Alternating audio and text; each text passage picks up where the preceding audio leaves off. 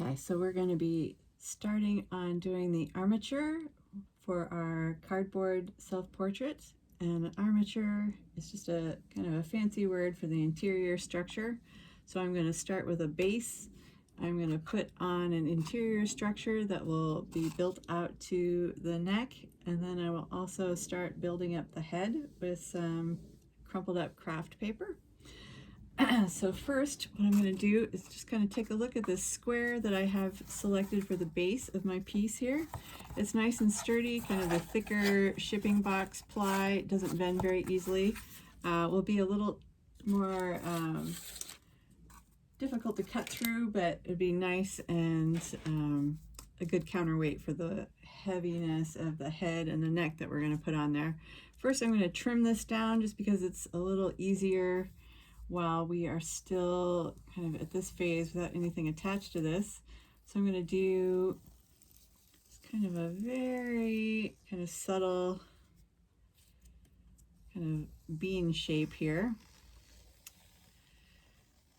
And if we're looking at this from above, this is going to be where our neck is, and this is kind of the base of the shoulder. So I'm not going to go super crazy on building up the torso of this piece, but I want it to not really look like a, beheaded neck. So I'm going to have just a little bit below the neck so it doesn't look so unnatural. And I'm just going to very carefully start cutting through this. Remember when we talked a bit about cardstock, we talked about sometimes you need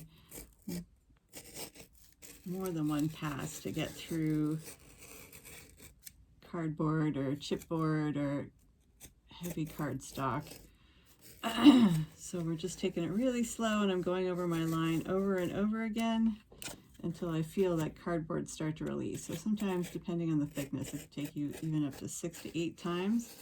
And try not to get too impatient. And remember, we want to do this with our X-Acto blade box cutter here. If you cut this out with scissors, you're going to end up with a whole bunch of these little spurs that end up on the edges of your cardboard, just because it's so rough. But if you do a pretty good job cutting, you'll really cut down on that problem. Just take it really slow.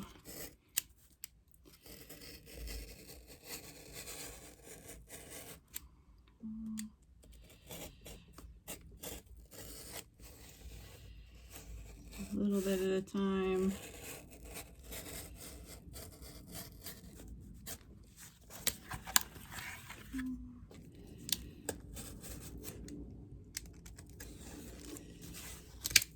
Okay. So save those pieces. You might need them for something later. Never throw your scraps away. They're always good for another part of your project or a different project. You never know.